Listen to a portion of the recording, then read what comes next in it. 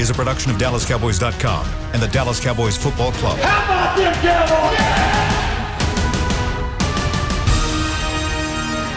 This is the Players Lounge, broadcasting live from Dallas Cowboys World Headquarters at the Star. Now your hosts, Barry Church, Danny McCray, and Newy Scruggs.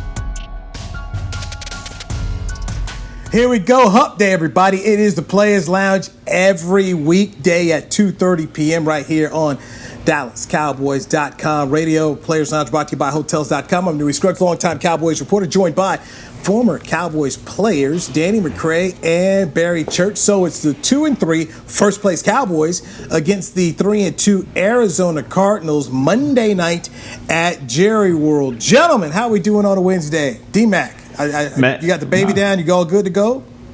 Yeah, man. I'm good, man. It's Wednesday. I'm feeling good. Unfortunately, LSU's not going to be able to play this week, so they can redeem themselves. So I got a week off from the college football weekend. So my stress level will be pretty low. All right. My boy got the kid down. I mean, life is good right now. I mean, it's a Wednesday for your boy out here. It's a beautiful day. It's a little hot, but I mean, it's a great day to talk football. So let's see what's going down. Look, it's too hot for October. I mean, we're in mid-October. It's October 14th, man. We should not be approaching 90-degree weather, okay? I mean, I just... We're in the South. No. We're in the South. Do not be asking for that up north Pittsburgh weather that Church is used to. Man, I don't know how it's...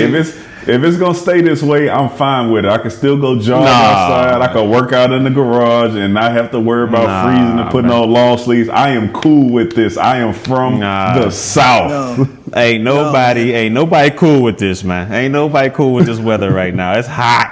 It is hot. Look at my glasses. Y'all can't see my glasses, but it's hot, man. It's steaming up in here. Man, I went and played tennis yesterday, and man, I was just sweating. Okay, I'm just sweating. Like, man, it is hot out here, man. You supposed to sweat when you play tennis. Look, I'm going to sweat regardless, but you know that kind of sweat where you sitting around here like running out of water, man. I mean, Hold on, man. Y'all was clowning me for doing country club sports when I'm talking about golfing. And Newy's over here at the country club playing tennis back and forth. Oh, man, I done heard it all now. Man. Hey, Church, I gotta see the tennis outfit, bro. Do he have a headband on with the wristbands and all? Hey, if my boy Newy's out there with some short shorts and the mid-cut socks, man, I'm done. I mean, you know, this got to turn into the doggone poetry crack jokes. Okay, look. Okay, I'll tell you exactly. I can see it happening. All right, I got on my rock shorts. Okay, I got my Project Rock shorts on. so I wear those. The Brahma Bull. You know what's on the feet. You know what's on the feet too, man. Okay. No. I wear a pair of A6 tennis shoes, okay? I wear a pair of A6 tennis shoes, so I do that. They're real for tennis. And then I'll just pull off a T-shirt. So usually I got one of my Pembroke T-shirts, or I'll wear the real DBU shirt right here like this, real DBU. And that's it. So... What do DBU stand for? Because I know you're not talking about defensive back. It's Dallas Baptist University, man. Okay, that's all right. The real DBU. Cool. The real DBU is right here in town. This is a football show. I know you talking about Dallas Baptist University. I thought you was talking about a defensive back university. My bad. I forgot it was a football show. No, we're not talking about the Texas Longhorns, man. Not talking about the Texas Longhorns. No, we're talking about Dallas Baptist University. Oh, you talking about or the Florida Gators? Not talking about the Florida Gators. No, not talking about them or the Louisiana State University. No. But absolutely, whatever you say.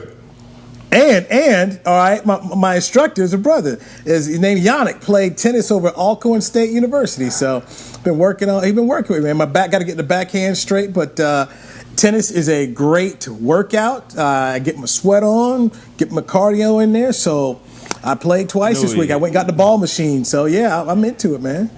Hey, Newy, is there any way we can see footage of this in upcoming Players Lounge episodes? Well, I tell you what. Footage of this. I'll tell you what. Next Saturday at 8 a.m. Why don't you just come on over to the gym and then you go get your footage? All right. When we have a tennis lesson at 8 a.m. Question. Next Saturday. Do y'all have a racquetball court over there? Yes. This gym has a right, racquetball court. I'm in there. I'm in there then. I got a guest pass for you, so you want to roll over here at 8 a.m. next week? Be glad to go ahead and take you around and let you do your thing, McCray. They'd love to see a Dallas Cowboy. You know who I run into all the time is Aiken Adele. He's over here all the time, and every now and then D Ware come. Yeah, every now and then D Ware will show up there, but now he's got his own gym, 3 Volt. But you should see D Ware up there all the time. So all these little ladies be swooning, watching DeMarcus. It's just funny, man, watching these ladies at the gym. Look at DeMarcus. They be looking at DeMarcus like he the Rock. They all be licking their lips and thirsting at DeMarcus, man. It's a trip, man. It's just a trip. He got the Rock tattoo. He got the tat. They might think it's him. They related or something. he's a couple shades darker, but hey, he's the chocolate Rock. He's the dark chocolate. There we go. Rock. So there we go. There you go with that. There you go with that. Oh man! Since this is a football show, let us dive into Mike Nolan going on the sidelines on Sunday. The Cowboys defense played better, but oh, by the way, you played arguably one of the worst teams in the league, if not the worst, in the winless New York Giants. So, Danny, how much do you think it helped that Nolan was on the sidelines to help run his defense? I don't think it helped much. I mean, if anything, it kind of gave you somebody to look at, to be accountable to. But I think more of the noise that was heard, outside of the, in the media with them not hustling and not giving effort. I think they look deep inside themselves and figured, what they were seeing on film wasn't right. So I think it was more on the players than it was on the coach. But I don't think Nolan made that much of a difference. And like you said, it was the Giants. So let's see how much of a difference it makes versus a better offense that we see on Monday. Yeah, I think him coming down from the press box. I mean, I don't know. I'm always the type that likes to have my coordinator down there. I know Marinelli was down there with us all the time, just so you can talk to him and see what he's seeing out there. So for me, I think it could have helped just a little bit. Not that much better, because they didn't perform that much better against the Giants. But I say it could have helped a little bit. So for me, I hope he stays down there. I hope he stays down there, because hopefully that's helping keeping the players accountable in some way, some fashion, and hopefully we can just improve on this. Hopefully we can get the momentum rolling. I'm still optimistic about this team and the defense, but I'm starting to worry. I'm starting to worry, man. 10-6. I told y'all I was confused yesterday. I told y'all I was confused yesterday, man. So Mike Nolan's defense did get a pick 6. Daniel Jones has been very charitable during his time as an NFL quarterback, and the Cowboys ended up taking advantage of it. It was a strip sack by Tank Lawrence. Anthony Brown gets it and goes and scores a pick 6. Do you think that Tank Lawrence had his turnaround game? This is his first full sack since week 9 of last year. So do you think Tank is now on the right side of things? Hold on, Newy. We're not giving away pick 6s, all right? That was a fumble recovery for a touchdown. Yes, we are not going to give the secondary. Yes. We come out here talking about the secondary was able to get a pick 6 off somebody. No, I said I said strip sack and then said pick 6 off. Yes, but yes. My bad. Listen. I think for DeMarcus Lawrence, this was huge, and I think. Now that they see what they need to do, which is have him move around and pick and choose, the matchups that he sees best to fit for him to go take advantage of, I think that is the key to him being successful this season. So give him first choice. He makes $100 million, so he should have first choice on who he wants to rush over, and let him go out there and do what he does. He looked faster. He looked quicker. The knee didn't look like it was bothering him, and he was out there making plays. So I like what I saw. Hope he continues. Yeah, to me, it looked like it was just a little bit more urgency. There was a little bit more, man, I got to get going. I got to get wrestling. I mean, even though he was nowhere near the play, you can see him trying to track down almost every run out there. So I think the media might have got a little bit to him. Maybe his coaches kind of talked to him a little bit. So we've seen a little bit more urgency out of D-Law. The rest of the D-line, I mean that that ain't even worth speaking about. So we ain't gonna talk about that. But for D-Law, I think he can build upon this game. I will say this: it was against a hapless New York Giants team with not a very good offensive line. So I don't know if we could put too much stock into this, but hopefully he's able to keep that momentum rolling, because this defense needs more splash plays. They need those momentum changers to get things going. I mean, maybe Jalen Smith can go out there and get a couple hand swipes and just something to spark this defense. And hopefully that strip sack was something that could go towards that momentum that this D needs. Jalen played better this week. I'll give him that. He played better. He made some splash plays. It deserved a swipe for some of the stuff that he was doing. Tackle for losses, stopping those screen plays. I think he got like half a sack or something. He did some good stuff this week. So I'm gonna give him a shout. I'll say you earned your swipe this week. He tried to get up and swipe one time and he got tripped. He tripped on somebody's leg trying to get up and get the swipe down there. But do you think he knows that it's become kind of a joke? That his swipe is kind of almost at that Garrett clapping level? That, that became the joke of the clapper, and that Jalen's swipe has become this thing of just, it's... The timing sometimes isn't there. It's what you'd like to tell the young man. It's like, hey, man, I get it. I get you want to do it, but when you're down double digits, you may want to go ahead and just save it for a little bit. I mean, just I don't know, man. I don't know, because we did ask him. I remember one time we did ask him after the game about the swiper, and he's like, that's my thing. That was his thing, and that's why I say I get your thing, but. It's timing, brother. We got to be more self-aware about when we're swiping. You can't be swiping and you lose it. Hey, it's not a good look. They can't be rushing for 300 yards and you out here swiping. We talking about listen. Hey, we talked about The Rock earlier in the show. Jalen swipe sometime reminds me of, like, if anybody used to watch that WWF wrestling. And like the guy would think that he had the other person on the ground, and he would start celebrating, then he'd turn around and get sweet chin music. That's what Jalen's swipe remind me of with his timing sometimes. It's like, bro, it's too late, you're down by 20, or they just gained 5 yards and you out here swiping. You know what I'm saying? So the other team is like, they thinking this is a great play, and somehow you 6 yards deep into your own territory and you like swiping. It don't make sense. But this week he earned them. This week he earned them. I give him that. All right. So you guys are the former players. So let me ask. I mean, does anybody on the coaching staff, when they're watching, does no one say anything about this? I mean, I know if I was playing, and like, let's just say after that Odell reverse, let's say he caught him at the 10-yard line or something, and he got up and swiped. You just gotta look at him like, come on, man. What you doing, man? Like, come on, dog. So for me, I mean, if that's his thing, that's it. I let him live, let him do what he got to do. But yeah, that thing would get annoying if we're getting drummed, 25-3, and he makes one play and gets up and swiping. I think it would get kind of annoying. I can't believe you, Church. You say what? Go ahead, McCray. I can't believe you, Church. Let me tell you something. Church, you was in the same you was in the same locker room with Gerald Sensabaugh, Alan Ball, Mike Jenkins, Frank Walker, all these people in there. And if that was going on and Jalen was doing that, they would have laughed him out of the DB room. He would have never lived that stuff down. And so you talking about you gonna let him live? Oh, bro, you think G would have let him live? Nah, you're right. G would have definitely been like, man, what are you doing, cuz? What are you doing with that? Orlando won't even let him live. Nobody was letting him live in that locker room with that stuff. Come on, man. Oh, man. You might be right, man. You might be right.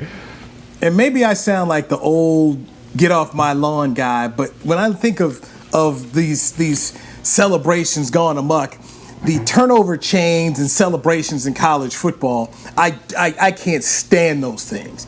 I mean, you got teams sitting around here getting beat down, and all of a sudden they get a turnover, and somebody want to run on the side and put on some chain or celebrate. I mean, what are we doing? What are we doing? There needs to be no chains, no celebrations, no rock, no hammer, none of this stuff, man. You don't like the no. You don't like the Cuban link chain? Hey, man, I don't get it. Those things are reserved for teams who are labeled as the best college football teams ever to walk on the football field, which is, if you having a season like LSU had last year, you should have all type of chains and hammers and anything that you want. The teams that you talking about, they picked up off Miami when Miami came up with it, and they just tried to ride with it and get some inspiration from their players, and they didn't deserve it. There are teams out there that deserve it. Clemson, Alabama, those guys can have that type of inspiration and stuff, but it's not for everybody. And I go back to last year. Remember how a defense will make a turnover and everybody go runs to the end zone? And I remember watching that Super Bowl game.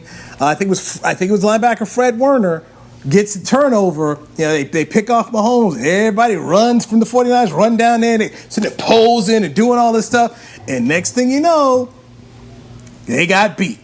Mahomes and company, and the kicker, even the kicker for Kansas City's like, hey man, that rubbed us raw. Next thing you know, they're out there going at it. And I was at the finals when it was game 2 and Miami was laying it on the Mavs, and D Wade hit a shot. I mean, he hit a shot right at the Mavs bench, 3-point, and he held it. He just like held it and posed. And man, the Mavs bench got hot. Next thing you know, they go on a run of runs and dirt with a little finger roll, and they end up winning game 2. And they spoke about that. Hey man, dudes out there posed on our bench. So I'm just trying to understand, why are you doing things? Why are we doing things that sit up here and inspire some? I mean, these people, folks are dead. Let them be dead. Why are we sitting around here trying to give anybody life? But D Wade sitting there posing. I saw that video a couple weeks back, and I was still hot looking at that. But this dude posing. I was one of those, man. If I was one of them dudes like Charles Oakley, I'd have made sure I bumped D Wade next time he went down. You just can't be posing in front of the bench, man. Can't be posing on me like that from the bench, man. You one of them offensive guys. Like, what's the defense? When has the defense had the ability to really celebrate a play besides, I think, in the last 2 years when they started allowing defenses to do that? So the offense can go out there and dance. T.O. can get popcorn. Joe Horn can pull cell phones out of the mat. But the defense had no time to do it. And you say just because the possibility of them getting scored on the next series, they shouldn't celebrate?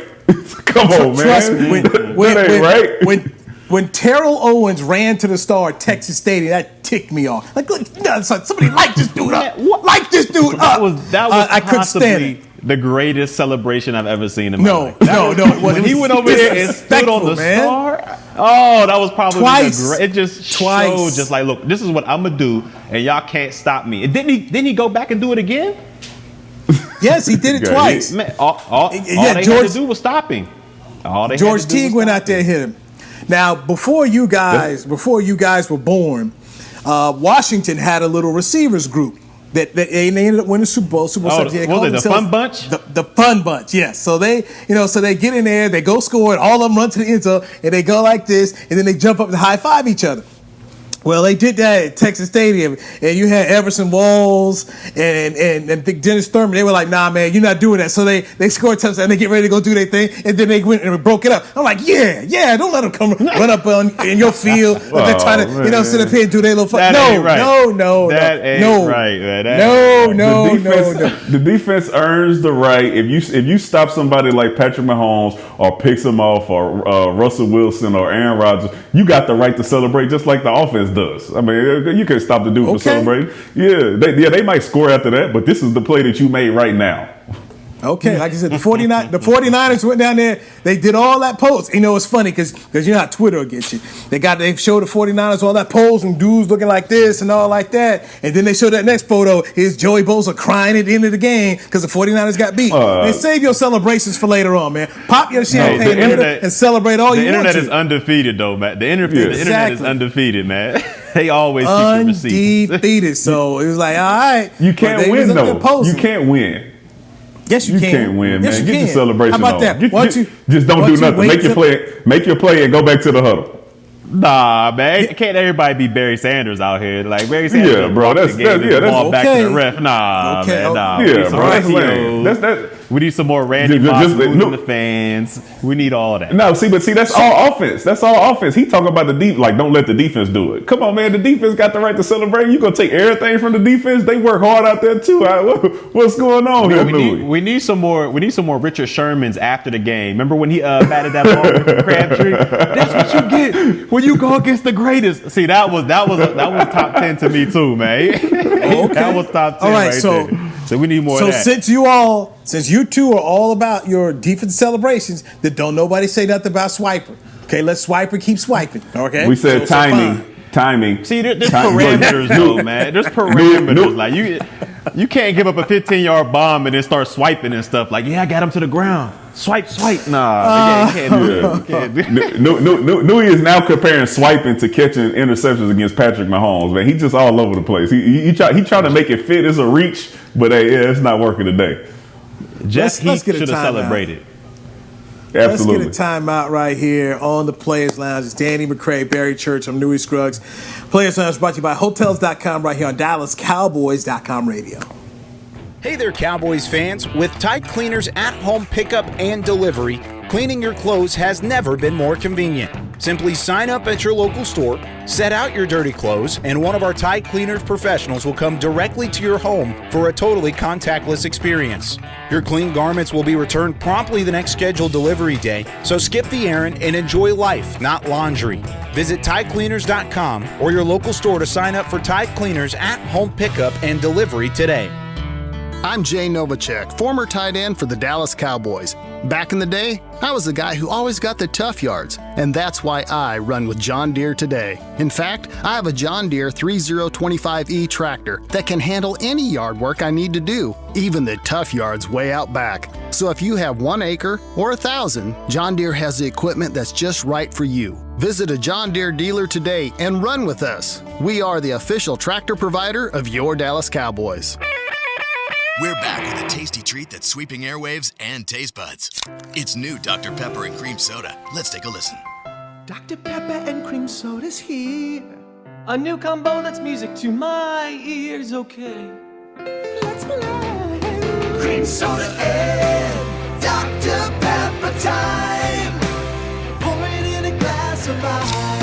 Music to my ears and mouth. New Dr. Pepper and Cream Soda. A delicious duet. Essilor is a proud sponsor of the Dallas Cowboys, helping fans see more and do more with our best vision solutions. Our lens technologies reveal a world more beautiful than you can imagine. For a limited time, get the Essilor Next Gen offer. When you buy the latest generation of Transitions lenses with select Essilor lenses, you can choose a second pair of clear lenses for free with qualifying frame purchases. Restrictions apply. Find a participating eye care professional by visiting EssilorUSA.com. Essilor. See more, do more. To the Players Lounge.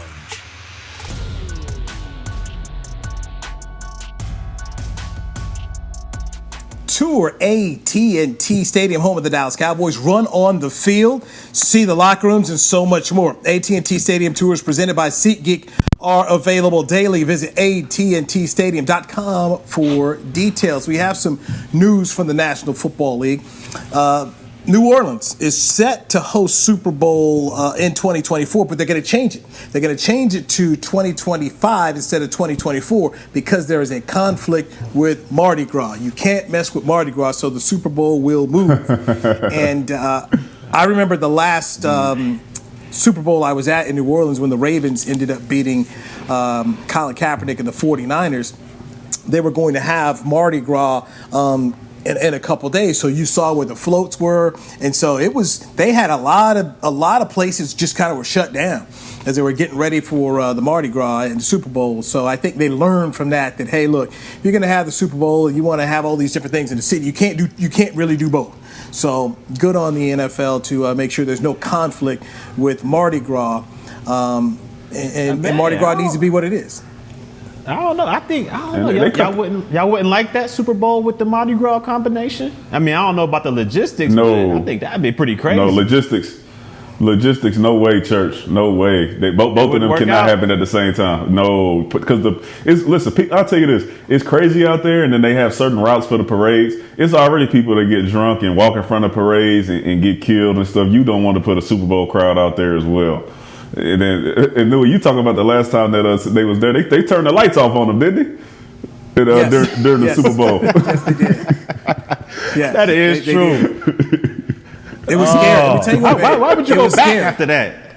It was straight up scary. It's like, oh, they need a new man. stadium. They need, the last time I played, I mean, that locker room is so terrible. Like, I mean, they need a new stadium. It reminds me of like Green Bay or something. Like, they just need to upgrade that thing, man. I don't know. I ain't feeling that stadium down there. You see, they trying to play their games in Baton Rouge. Yeah, that's man. Hey, they say they locker room's probably better than the Saints. I'm talking about it was ain't like no problem. It's better. It's brand new. Man. That's true. That is true. You remember? You guys got any insight on Michael? Go ahead, Newy. You have any insight on Michael Thomas punching that player and not playing on Monday night? Man, I tell you what, Michael Thomas, you keep messing around with my fantasy, you gonna have to see me. I mean, we gonna have to do something because you killing my fantasy right now, man. He's just destroying it, man. I need. Hey, listen. I need you. Did Newy, did you see what the supposed story is behind it with Malcolm Jenkins calling him slant boy? Wait, what? First of all, I hear this one. So the word out there. This is just what I read. I don't have no inside scoop. Yeah. The word out there is Michael Thomas is known around the league as only being able to run slants and dig routes. He can't really run any other routes. So I think Malcolm Jenkins might have been covering him or something. Like he got covered in practice, and Malcolm kept calling him slant boy. He didn't like being called slant boy, so he went up there and punched Malcolm Jenkins. That's what I read. Oh, and Mike Jenkins ain't fired back? I don't know what Malcolm did. I don't know what he did, man. Maybe he was trying to be a leader or something, but. Yeah. But I heard it was another. I thought it was another player that he punched. I didn't think it was Malcolm Jenkins. Well, anyway, listen. Yeah, I don't know, but that's what I heard. It makes sense. Okay, it makes sense. Okay, and maybe the other. And maybe Malcolm was calling that, then the other dude jumped in there, and he chirped in, and then I guess, Michael Thomas could have said, I'm not taking that from you. But no, I did not hear him punch the Q dog Malcolm Jenkins. I don't think that's. I think he'd be wise. He probably punched the dude that locked him down on the slant. That's what he did. like Dez and Mo used to be church. Oh man, I will never forget that, man. We was at practice, man. We had practice and Mo Claiborne is locking. This is Mo's rookie year, right? Yeah. Yeah, he locking Dez Bryant up. I'm talking about the whole practice, just locking him up. And I think at that time we had a guy by the name of Frank Walker that was on the team. And if you don't know Frank, he's one of the biggest instigators this side of the Mississippi, man. Like this dude is a big time instigator. But anyways, Mo's locking Dez up. And Dez, you already know he has a short temper as is. So as the practice is going on, we're in the last script, the last period of play. And Frank's over there like, hey, Dez, you going to let that young boy lock you up all practice? That's what you going to do? You ain't all pro. You ain't nothing. And lo and behold, Mo goes in there and breaks the pass up. And Mo's sitting down on his lap, giving this incomplete pass sign. Like, I'm doing this all practice. And out of nowhere, Dez just got super mad. Picked up the ball, and when I say he spiked it on Mo's head so hard, I'm surprised there wasn't a dent in his helmet. Like, he cocked that thing back and threw it so hard at his head. So then they got into it. Then all you see is this white dude out of nowhere jumping in. Here comes Sean Lee. He throwing some swings in there. Bang, bang, bang. I mean, it was a classic brawl, but it was a classic one. It was funny, man. It was funny. Of course, I'm in the background chilling. I don't got energy for all that, so I'm in the background chilling. But it was a classic one, though. It was classic. So these things happen, man. They happen. I don't know. Yeah, I would have suspended. I wouldn't have suspended my best receiver for it. But I mean, we weren't there, so we didn't see what happened. Well, I hated I did not play Emmanuel Sanders, and that was my fault. The news was out there early enough. I could have made that switch and put Sanders in there, but he had a great game. I mean, he had a fantastic game. So on my fantasy bitch, but I won. So I'm all good. Oh, he's had 3 good games in a row, man. Sanders has had 3 good games in a row. He's starting to understand the offense, so I'm going to keep him in my lineup even when Thomas comes back, because if they're going to put double coverage on Thomas and Sanders is out here running one-on-one, and Drew Brees has already found a little comfort zone with him, I'm going to keep rolling him out there. Fellas, there's some more NFL news. The Pro Bowl has been canceled for this season. The Pro Bowl game. They will still have a Pro Bowl team, but they will not have a Pro Bowl game. Church, your thoughts on that? Well, I got 2 thoughts on here. One, if you make the Pro Bowl team, do you still get paid even though there's not a game? and two, yes, that's one reason why. That's one reason why they're putting the team out there. Yeah, it's one reason why they're naming the team. Okay. So from a contractual standpoint, and just also guys need this as they're trying to, for their resumes and also for those who are trying to make the Hall of Fame. So yes, they're gonna announce a team. Not gonna play the game, but they will announce a Pro Bowl team. And two, I put more stock into this, but I mean the Pro Bowl has become a popularity contest now, man. I mean, there's guys that are making, first team All-Pro, second team All-Pro, but are not making Pro Bowl rosters just because they're not popular or they're not on one of these mainstream teams. So for me, hopefully, not playing the game will put some reality on it and say, okay, this guy deserves to be on the Pro Bowl ballot or whatever. Because I mean, like I said, it's all just a popularity vote right now. So maybe this will put a little bit more just into it. Yeah, and listen, I don't want to, be the one to kind of downplay the process, but I know what it looks like when the players vote on these players throughout the season, and it's not very organized. All right, I'm not going to go out there and put it out there like crazy or nothing, but I tell you this, it's not that much validity to it. All right, so the Pro Bowl to me is not that big, but Newy, since they are getting paid, how they going to pick the winning team and the losing team? Because doesn't the winning team get paid more than the losing team, or they all get paid the same? There's no game, so there's no need to worry about checks. So it's going to be you they're naming a Pro Bowl team, so there'll be no game, so there's no checks to be had. Man, so wait, so they're not getting paid? Team? They might as well just have All Pro, second team All Pro, and then call it a day. If you ain't even going to play the game. Like I said, I'm pretty sure first off, you want to have a Pro Bowl team, and look, here's the difference now: is you're gonna have the injury replacement dudes who are making Pro Bowls that way. I mean, hey, this year's gonna be a real actual Pro Bowl team named, and not a bunch of alternates. So I have no issues with it, and I do think that guys should be recognized for their stellar play. And look, but ain't that the All Pro list? They'll have that too. But they'll have two lists. So Pro Bowl, they just go. If you get the Pro Bowl list, you just basically honorable mention or third team All Pro. Is that basically? Because I don't see the difference between a Pro Bowl if you ain't gonna play the game. It's two different things. I mean, they're gonna name a Pro Bowl team. They just won't have a game. So I mean, I don't think they should not. I don't think they should not have a Pro Bowl team name. Look. Come on, man. It's more awards for everybody. Well, I think a former player would be down with more awards for people, man. And here we go with the participation award. I mean, I don't get it. I mean, you got the Academy of Country Music Awards, and you got the CMTs, and you got the Grammys. I mean, why? Awards are awards, man. Why are we sitting around here trying to take away shine from people, man? Let people be stars. Let them twinkle, twinkle, man. No, you won't even let defensive players celebrate. You over here talking about handing out. Now you talking about that? Y'all not about to gang up on me. You are not about to gang up on me. It's time for another break. It's time for another break right here on the Players Lounge, brought to you by Hotels.com on DallasCowboys.com radio. Since 1865, Stetson hats are American-made with pride right here in Texas. And Stetson is proud to be on the field with America's team. Want to show your Texas and team pride too? You can. By purchasing your own Stetson, you can look just like how the flag guys do on field at every home game. Stetson hats, the official crown of all self-respecting Cowboys, and your favorite football team. Get yours today at shop.dallascowboys.com or at stetson.com. Your new apartment's big. Such a great deal. It's okay. Just okay? What's not to... Right above the subway! Well, I bet you don't even notice it after the... That's my neighbor, Angus. A deal that's just okay is not okay. Get a great deal with America's Best Network. Come into an AT&T store to find out how to get one of our popular smartphones for $0 down, based on GWS One score September 2019.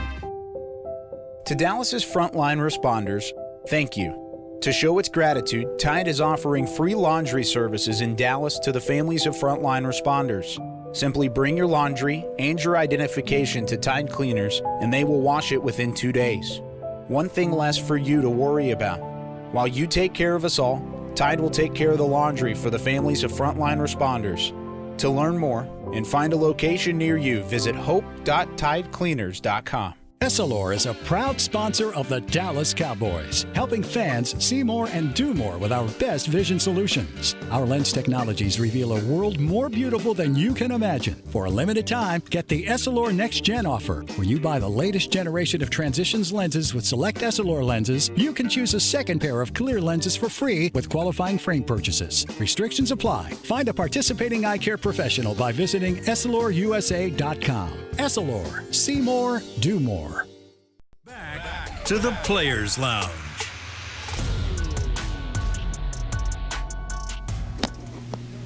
All right, help your fellow Cowboys Nation fans in their fight against cancer by purchasing Dallas Cowboys Crucial Catch gear. Support a great cause and look good doing it. Visit your local Dallas Cowboys Pro Shop or shop.dallascowboys.com. All right, so you can do it that way. You are in the Players Lounge. We are in our SWBC Mortgage Virtual Home Studios on Newy Scruggs, longtime Cowboys reporter, joined by former players Barry Church and Danny McCray. So last night, make sure we get this straight. We did our Tuesday night football picks. Danny McCray said Buffalo by 14. Barry Church said Buffalo by 10. I said Titans by 3. The Titans won 42-16. That would be a plus 26 dub. So, gentlemen,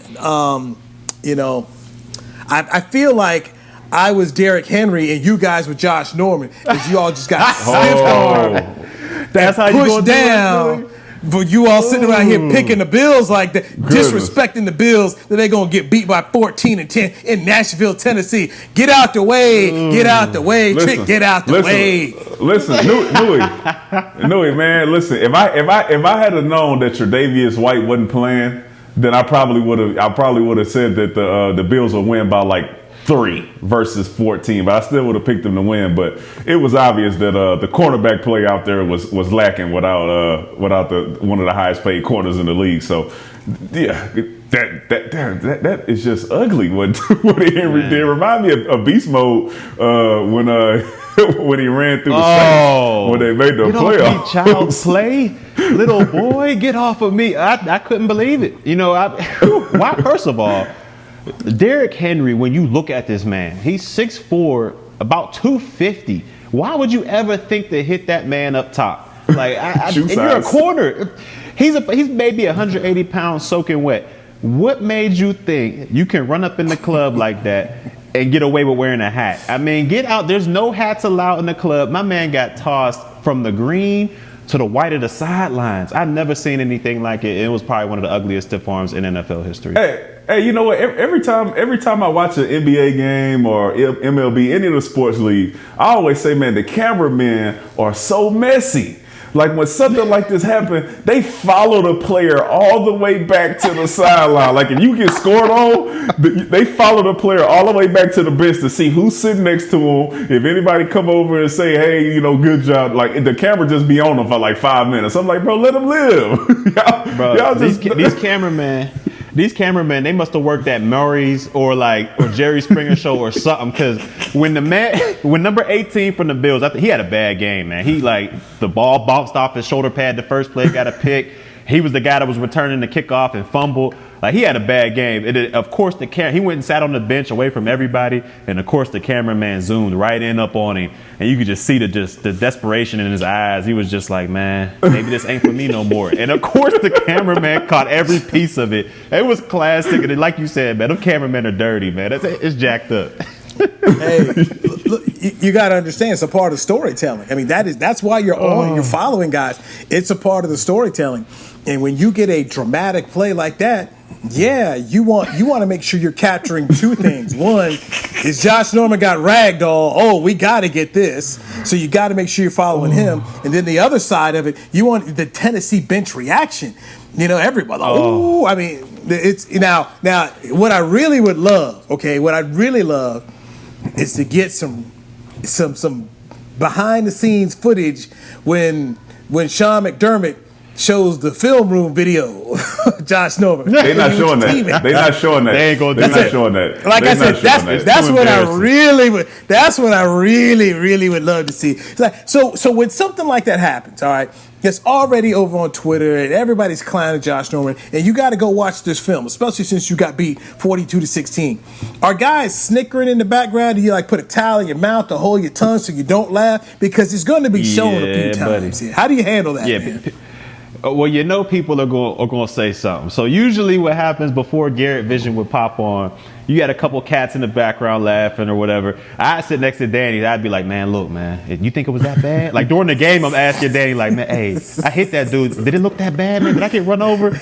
And, you know, credit to D-Mac. He would always hit me with the, man, it wasn't that bad, dog. No, that was a good wrap-up. It was a good wrap-up. But, man, we get into Garrett Vision, and all you hear was, this is not it. This is not what we need. Right here, this is not what we need. And I'm over here looking at D-Mac like, man. Listen, the thing is, sometimes stuff like that happens. Sometimes stuff like that happens, man. And the only thing Josh Norman could have done was check the shoe size on Derrick Henry, but he was gonna fail either way it went. It was a failure waiting to happen. He was either getting ran over like an old was that Jacobs from do y'all remember when Jacobs ran over LaRon Landry? It was going to look something like that, or he was going to get stiff arm. So I think it was better for him not to have a concussion and just go ahead and get that stiff arm and going back to the huddle.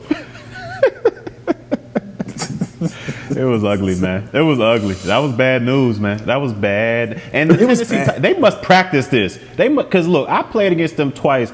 And look, I took my fair share of stiff arms as well, man. So like, I can't clown too hard, but man, they must practice this over there because I feel like every one of the players got a mean stiff arm, man. Especially Derrick Henry. But you seen him? He tried to break the stiff arm down. It didn't work. My bad. Go ahead, dude. I have seen Derrick Henry in person. I saw him when Alabama came and played at Jerry World, and it's one of those few times when you look up and you see a guy, you're like, that's a running back? I mean, literally, you look like, that's Derrick Henry? And you just look at it, well, this is not even right. Google the photo of Mark Ingram standing next to Derrick Henry. And it is, it looks as though Mark Ingram is in grade school, you know, like some third grader, and it looks like Derrick Henry is this grown man. I mean, it doesn't look right. It doesn't look right. I mean, I just cannot emphasize to you enough of how big a human being Derrick Henry is. And Josh Norman he's not a small guy, but man, he just get out the way. I mean, it was embarrassing. It was so bad I told my wife, I said, stop, look at this. And she was like, ooh. She was like, ooh. And she's a football fan, but even she, it was just embarrassing. You all saw like I said, that guy right there, that guy's gonna have a hard time in the film room because guys gonna have to look away, snickering, and everything else, man. Let me ask y'all both a question. Which was worse, this stiff arm that Henry threw on Josh Norman, or like McCray said earlier, the stiff arm beast mode threw on Tracy Porter in that playoff game against the Saints? Beast mode. Ooh. He stiff on him like 3 times in one play. He did. and remember how he went in the end zone too. You know, he was up there clutching when he went in the end zone too. You know, you remember that right at the end. You know, it's just, I'm gonna beat you down, push you down, and and taste it. You know, I was just man. That was the way he went. That was bad. Yeah, man. And then of course, it's a playoff game, so there's more eyes on you, and yeah, man. Yeah. But I give Tracy Porter this. Tracy Porter at least has his pick 6 in the Super Bowl, so he's got that going for him, so that can mitigate the embarrassment there. But poor Josh Norman, I remember going to the Super Bowl out in Santa Clara, and when the Broncos beat him, you see Josh Norman on the sidelines crying, and then we saw him last year get terrorized against the Cowboys, and he just sitting around here, point finger. I mean, it's been a bad couple of years. The worst thing that happened to Josh Norman was leaving Carolina. He was in that defense that protected him, and he went up to Washington, and then these people were talking about after they got frustrated, well, but he needs to travel. Like, this guy doesn't travel? What were you asking this dude to travel? He's not a man-to-man corner, and just, like, so many guys who go up there and take Daniel Snyder's money, it all turned out bad, man. It all turned out bad, and now you see Josh Norman getting ragdolled. This might have to be it for Josh Norman after the season, man. This might take it to the house, man. We got film like this on you, man. Let me tell you something. You talk about people running up there taking Daniel Snyder money. You look very familiar to what's going on over here. But I'm gonna leave that. to be till maybe next week or so. Boys throwing shots with 2 minutes left in the show. Nah, listen. This is why because people listen to this show and then they go on Twitter after I say something about Amari Cooper and then they try to defend his performance up to this point. And I go back and forth with him for a good 5 or 6 tweets and then I get off of it. So I'm gonna get the last laugh on the show with my voice. Amari Cooper is underperforming. By far, he's underperforming. He's the number 3 receiver on our team. I need a list, man. Who's your underperforming list right now? I need a list. Well, save it for tomorrow, gentlemen. We have 60 seconds. So tomorrow you can get your own. You on that one, man. Your all milk carton team, the Danny McCray milk carton team. You can that's Barry Church. That's Barry Church milk carton team. Don't put that on me. He asked the question. You go put it on me. You good for that? Team missing in action, man. We're gonna call it milk cart missing in action, man.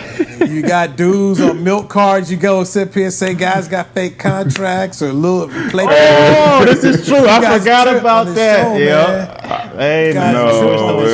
Man. There you go. Throwing grenades, man. Hey, listen. I apologize for that already. I owned up to that. So I'm cool.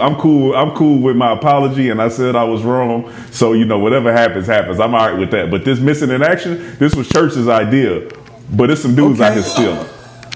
Okay, all right. So you all, you know what? I'm gonna come with a list. Because I'm gonna come with a list. I'll be ready tomorrow. I'll be ready. I'll be ready. Do that, and we'll also dive into should the Cowboys double team DeAndre Hopkins? Should they have a spy on Kyler Murray of the Arizona Cardinals? So we'll dive more into that on Thursday. By the way, no Players Lounge show on Monday, okay, because it's Cowboys game day. But we will be back here on Thursday and Friday for Barry Church and Danny McCray. I'm Newy Scruggs, and also our producer, Chris Beam. Thank you for checking out the Players Lounge, brought to you by Hotels.com right here on DallasCowboys.com radio.